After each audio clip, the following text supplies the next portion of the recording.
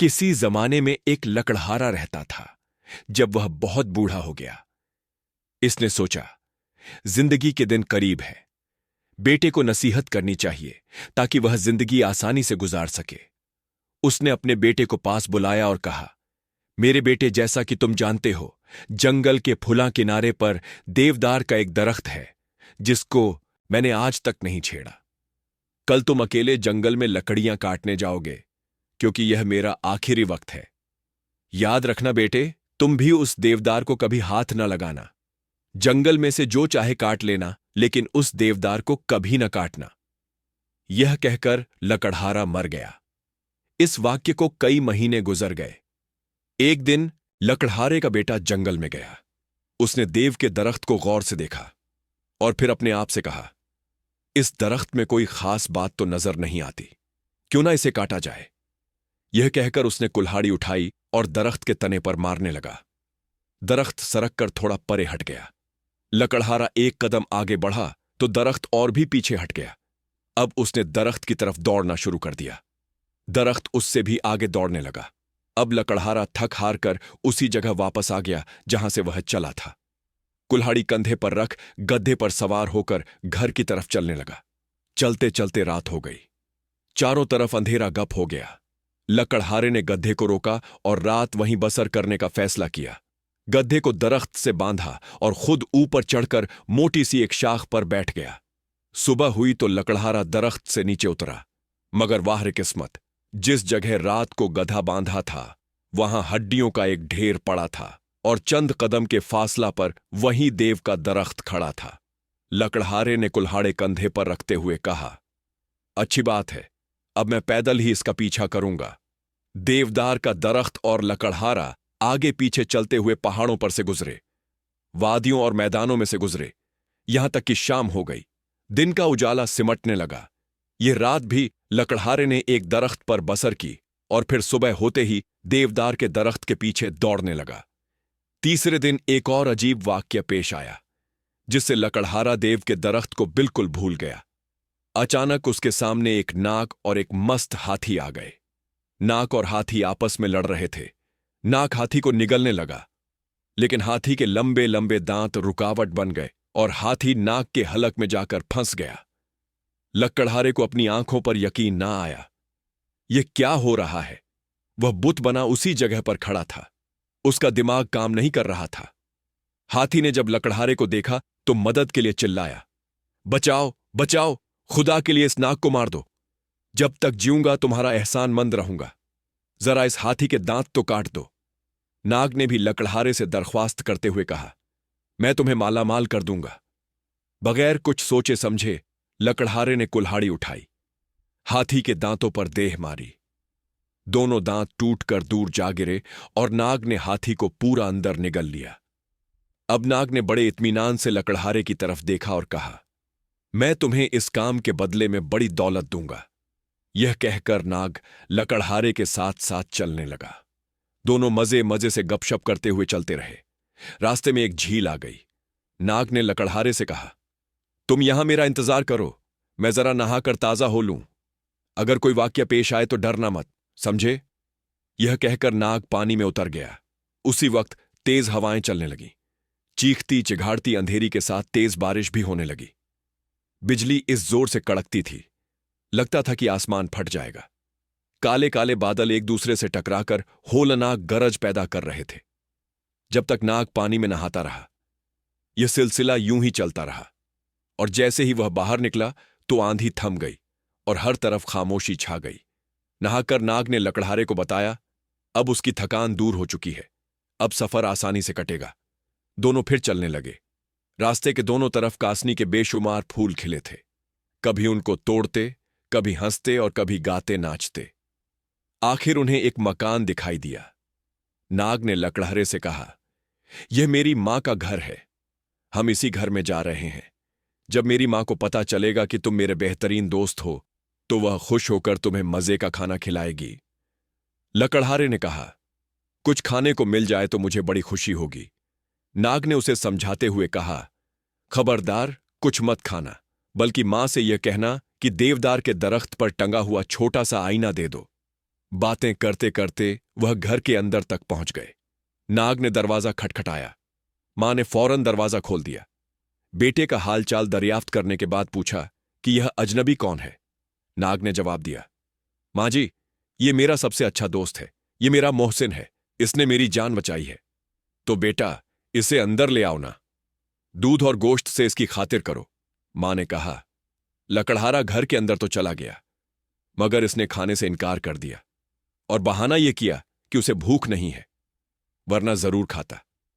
मगर बेटा, तुम मेरे बेटे के दोस्त हो, मैं तुम्हें बगैर खाए पिए कैसे जाने दूं? मुझे तो यह बुरा लग रहा है। अच्छा बेटा, कुछ खाते नहीं तो कुछ तोहफा ही ले जाओ, नाग की मां ने लकड़हारे से कहा। लकड़हारे ने झिझकते हुए कहा, आपके पास एक चीज है, मुझे वह मिल जाए तो मेरा सफर आसानी से गुजरेगा।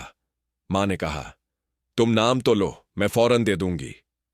लकड़हारे ने जल्दी से कहा, वह जो सामने देवदार के दरख्त पर आईना लटक रहा है, वह मुझे दे दीजिए।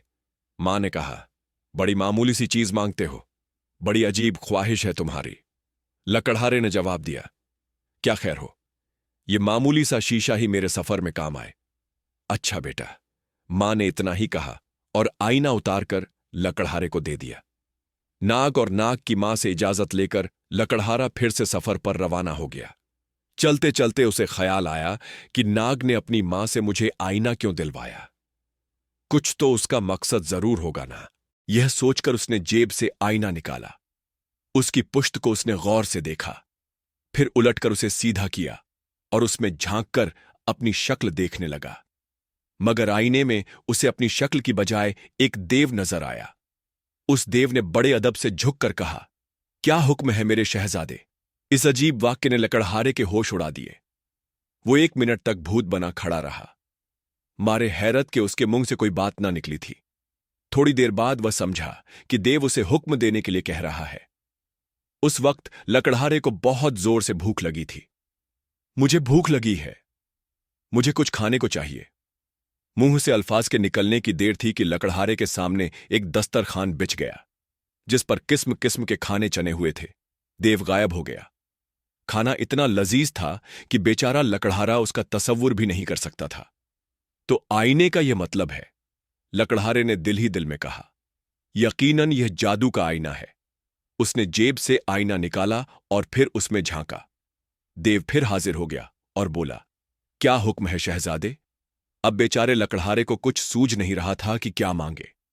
अचानक उसको ख्याल आया कि उसकी आंव भगत शहजादे की तरह हो रही है। शहजादे के लिए महल भी तो होना चाहिए।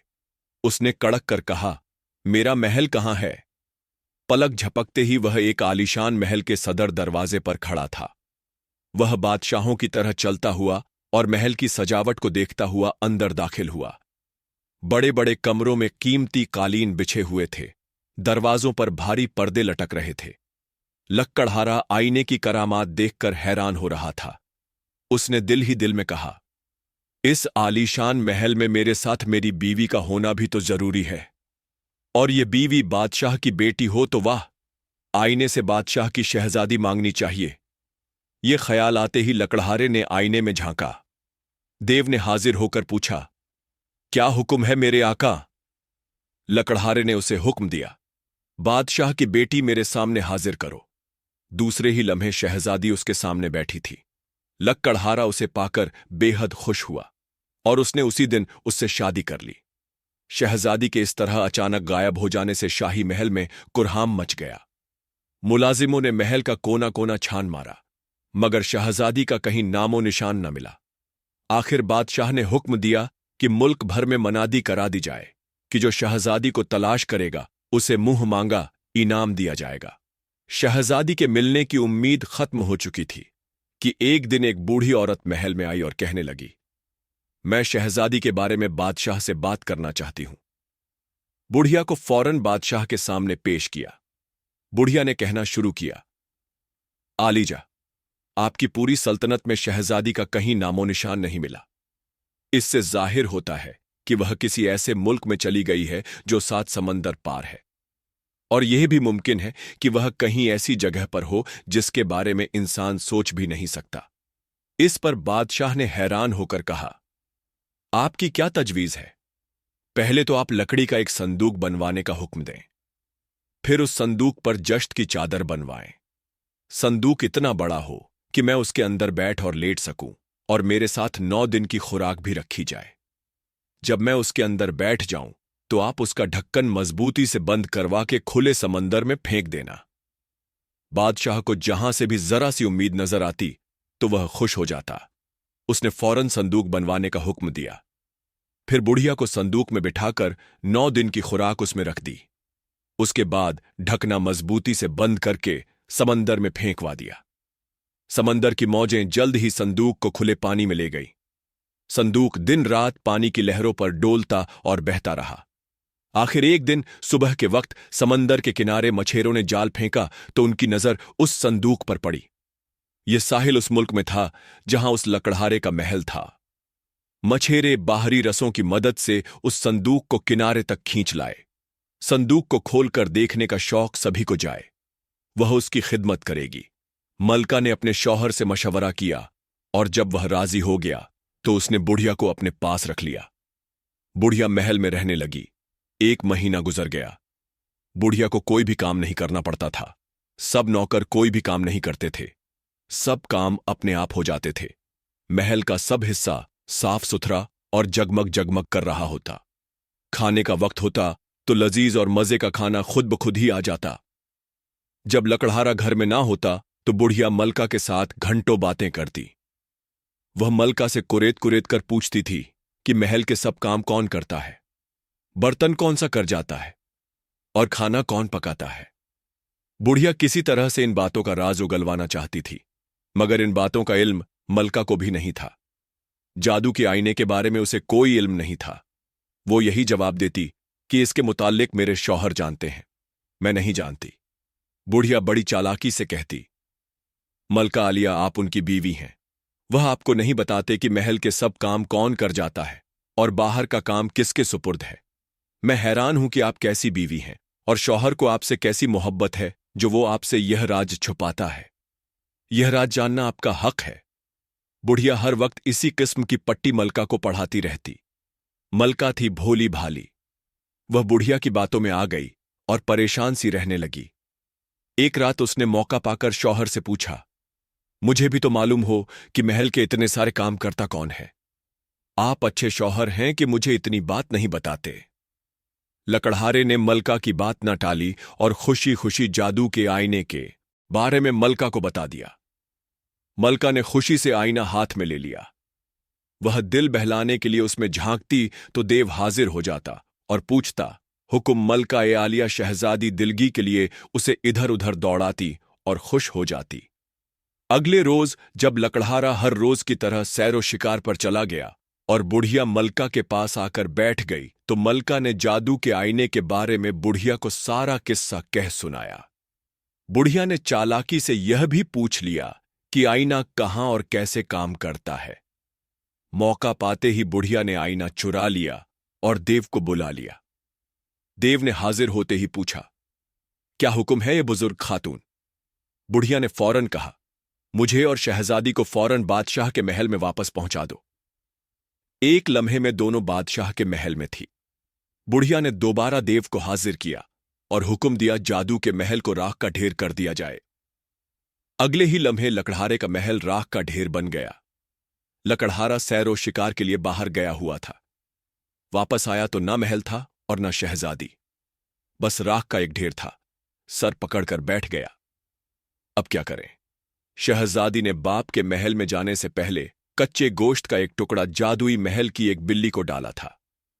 महल जला तो बिल्ली किसी तरह से बच गई। अब वह गोश्त का टुकड़ा ढूंढती हुई फिर रही थी। लकड़हारा भी बिल्ली के साथ गोश्त का टुकड़ा ढूंढने लगा।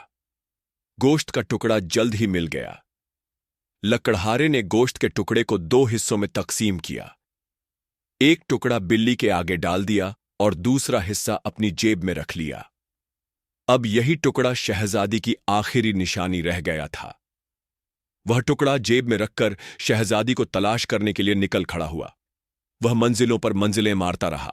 पहाड़ और मैदान, नदी और नाले, दरिया और समंदर उसके इरादे के सामने कुछ हकीकत ना रखते थे और वह चलता रहा।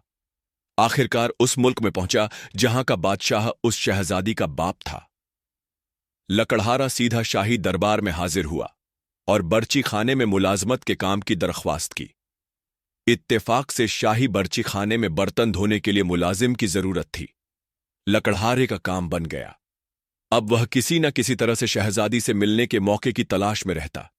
वह हर वक्त चौकन्ना रहता। उसे यह खबर मिल ही चुकी थी कि शहजादी महल में वापस आ चुकी है। एक रोज शाही बर्ची खाने का बूढ़ा बावर्ची अचानक बीमार हो गया। लकड़हारे ने उससे कहा, बड़े मियां, आप बस देखते रहें, मैं सब खाने तैयार करके डोंगों में सजा दूंगा। बूढ़ा बावर्ची रजामंद हो गया। लकड़हारे ने शाही बर्ची की हिदायत के मुताबिक खान सजाए और शहजादी के प्लेट में गोश्त का वह छोटा सा टुकड़ा भी रख दिया, जिसे वह जादू के महल से आते हुए बिल्ली को डाल आई थी। शहजादी भी अपने शौहर की जुदाई की वजह से बहुत बेचैन और परेशान थी और हर वक्त सोचती रहती थी कि शौहर को किस तरह से तलाश करे। वक्त गुजरने के साथ साथ उससे मिलने की उम्मीद खत्म होती जा रही थी। जब उसने अपनी प्लेट में गोश्त का वो टुकड़ा देखा तो पहले तो वह परेशान हुई और फिर खुशी से उसका दिल धड़कने लगा। उसे फौरन ख्याल आया कि उसका शौहर महल में मौजूद है और अब उससे मिलना मुश्किल नहीं। शहजादी ने बावर्ची को बुलाया और उसके खाने की खूब तारीफ की। फिर पूछा, क्या बावर्ची खाने में कोई नया मुलाजिम या आदमी रखा गया है, क्योंकि काम पहले से बेहतर होने लगा है? बर्ची ने दस्तजता अर्ज किया, शहजादी साहिबा, मैं बूढ़ा और बीमार हूं। आज मुझसे काम नहीं हो रहा था, इसीलिए मैंने अपने मददगार नौजवान से खाना पकवाया। यह नौजवान चंद रोज पहले ही मुलाजमत पर रखा गया है। अच्छा लड़का है बेचारा, शहजादी ने कहा। बड़े मियां, आप जाएं, आपकी तबीयत ठीक नहीं है। मेरी चाय उसी नौजवान के हाथ भेज दीजिएगा। जब मियां बीवी इतने लंबे अरसे की जुदाई के बाद मिले तो उनकी खुशी का ठिकाना नहीं था। शहजादी ने अपना एक एक किस्सा शौहर को सुनाया और उसने भी अपना सारा वाकया बयान किया। अब दोनों ने मशवरा किया कि किसी तरह से जादू के आईने को हासिल करना चाहिए ताकि वह दोबारा अपने महल में जाकर हंसी खुशी रह सकें। लेकिन वो जादू का आईना तो उस बूढ़ी के पास था और वह हर वक्त शहजादी के पास रहती थी। बूढ़ी औरत ने शहजादे को देखते ही पहचान लिया, क्योंकि वहीं शहजादी के लिए खाना और चाय लेकर आता था। बुढ़िया ने देव को बुलाया और हुक्म दिया कि लकड़हारे को वापस उसके जले हुए महल में पहुंचा दिया जाए। अगले ही लम्हे लकड़हारा राख के ढेर पर बैठा था। अब वह था और उसकी बिल्ली, दोनों ही एक दूसरे के साथी थे। अब बिल्ली की सुनिए। जब लकड़हारा महल छोड़कर चला गया और महल भी जलकर राख हो गया तो बिल्ली भूख से मरने लगी। मजबूरन चूहे पकड़ पकड़ कर खाने लगी। जब लकड़हारा वापस आया तो हालात बिगड़ चुके थे। वह इस तरह एक एक करके बिल्ली उसकी फौज के सारे सिपाही हड़प कर चुकी थी। जब चूहों के बादशाह को इल्म हुआ कि इंसानों का बादशाह अपनी सल्तनत में वापस आ चुका है तो उसने सोचा कि इंसाफ के लिए इंसानों के बादशाह के पास जाना चाहिए। वह लकड़हारे के पास पहुंचा और चींची करके बोलने लगा, खुदा के लिए मदद फरमाइए। अगर आपकी बिल्ली यूं ही मेरे चूहे मार मार कर खाती रही तो मैं तबाह और बर्बाद हो जाऊंगा। लकड़हारे ने बिल्ली से कहा, मैं तो चूहे को यहां से हटा दूंगा, मगर मेरे दुख को कौन दूर करेगा? चूहे ने कहा, फरमाइए, आपको क्या दुख है? शायद मैं आपके कुछ काम आ सकूं। इस पर लकड़हारे ने आलफ से यह तक तमाम कहानी सुना दी, शहजादी और महल के बारे में, जादू के उस आईने के बारे में और आखिर में उस मक्कार बूढ़ी औरत के बारे में भी बताया, जिसकी वजह से वह यहां तक पहुंचा था। अच्छा तो यह बात है, चूहों के बादशाह ने चींची करके दुम हिलाई। आप अपनी बिल्ली को रोककर मेरे सिपाहियों को बचा लें। मैं अपने सिपाहियों को भेजकर वह जादू का आईना मंगवा लूंगा। लकड़हारे की मुलाकात के बाद चूहों के बादशाह ने अपनी फौज को बुलाया और कहा कि वह चूहे आगे आए जो बादशाह के महल में अक्सर जाते रहते हैं। जब वो आगे आए तो उसने पूछा कि कौन कौन सा चूहा बूढ़ी औरत के बारे में जानता है। तो उनमें से एक लंगड़ा चूहा आगे आया और बोला, हुजूर, मैं उसी बूढ़ी औरत के कुठनी में खुराक की तलाश में जाता हूं। जादू का आईना मैंने अक्सर उसके हाथ में देखा है। मैं पता चलाऊंगा कि वह आईने को रखती कहां है, तो तुम्हें अभी वहां जाने का हुक्म दिया जाता है। जैसे बन पड़े, उस आईने को यहां ले आओ। लंगड़े चूहे ने अपने बादशाह के पैर की जमीन को चूमा और कहा, आलीजा, आपका हुक्म सर आंखों पर, लेकिन मेरे हमरा कुछ चूहों को भेज दिया जाए। वो मुश्किल वक्त में मेरी मदद करेंगे। चूहों के सरदार ने उसकी दरख्वास्त मंजूर कर ली। लंगड़ा चूहा एक चूहे की पीठ पर सवार होकर रवाना हो गया। बाकी चूहे भी उसके साथ साथ चल रहे थे। चलते चलते वह 7 समंदर पार बादशाह की सल्तनत में पहुंच गए। पहले शाही दरबार में दाखिल हुए और फिर बुढ़िया के कमरे में घुस गए। यह रात के खाना खाने का वक्त था। मक्कार बुढ़िया मजे से खाना खा रही थी। वह आराम से बुढ़िया के सोने का इंतजार करने लगे। वह बुढ़िया की हर हरकत को गौर से देख रहे थे। बिस्तर पर लेटने से पहले बुढ़िया ने तकरीबन 100 बार आईने को उठा उठा कर देखा। जब नींद ने बहुत सताया तो तकिए पर सर रखते ही सो गई और खर्राटें लेने लगी। बुढ़िया के खर्राटों से चूहों को उसके सोने का यकीन हो गया तो 3 चूहे कूदकर बुढ़िया के बिस्तर में घुस गए। लंगड़े चूहे ने बुढ़िया के नाक में अपनी दुम घुमाई, जिससे बुढ़िया को छींकें आने लगीं। दूसरे 2 चूहे, जो अपने काम में बहुत तेज थे, जल्दी से आगे बढ़े और बुढ़िया ने जैसे ही छींकने के लिए तकिए से सर उठाया, उन्होंने जादू का आईना तकिए के नीचे से खींच लिया और चूहे जल्द ही उस आईने को लेकर अपने बादशाह के पास पहुंच गए। चूहों का बादशाह आईने को देखकर बेहद खुश हुआ और उसने वादे के मुताबिक आईने को लकड़हारे के हवाले कर दिया। लकड़हारे ने उसका शुक्रिया अदा किया और बिल्ली को बगल में दबाकर चल पड़ा। कुछ दूर जाकर उसने आईने को निकाला और देव को तलब किया। देव ने आते ही सर झुकाकर कहा, क्या हुक्म है मेरे शहजादे? लकड़हारे ने हुक्म दिया, मेरे लिए पोशाक लाओ, एक शानदार घोड़ा और एक फौज भी तैयार करो। थोड़ी देर बाद वह शाहाना पोशाक पहने और भारी फौज लिए बादशाह के महल की तरफ बढ़ रहा था। बादशाह को जब लकड़हारे की फौज और शानो शौकत के बारे में पता चला तो वह अपनी बेटी की शादी लकड़हारे के साथ करने के लिए राजी हो गया। नौजवान लकड़हारे और शहजादी की बड़ी धूमधाम से शादी हुई और एक बड़ी ज़ियाफत का इंतजाम किया गया। पूरे महल में चिरागा और हजारों मेहमानों की दावत की गई। अब बुढ़िया के बारे में सुनिए। लकड़हारे ने देव को तलब किया और कहा, बुढ़िया को उसके करतूतों की सख्त सजा मिलनी चाहिए। बुढ़िया उसी वक्त महल से गायब हो गई और फिर दोबारा कभी महल में नजर नहीं आई। दोस्तों, उम्मीद करता हूं कि यह वीडियो आपको पसंद आई होगी। वीडियो अच्छी लगी हो तो कमेंट्स में अपनी राय का इजहार जरूर कीजिएगा। हमारे चैनल को सब्सक्राइब कर दीजिएगा।